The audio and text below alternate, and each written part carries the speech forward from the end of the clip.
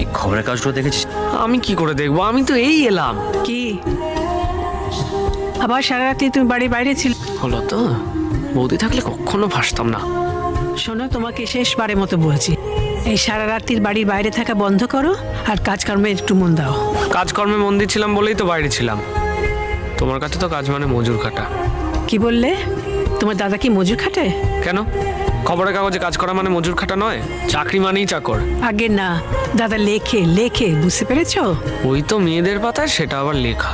এই, একদম বাজে কথা বলবে না। শোনো, তুমি সন্ধেবেলা আমার সঙ্গে একটু বসবে। হ্যাঁ, বুঝতে পারছি বেশ দরকার আছে, ভুলে যেও না।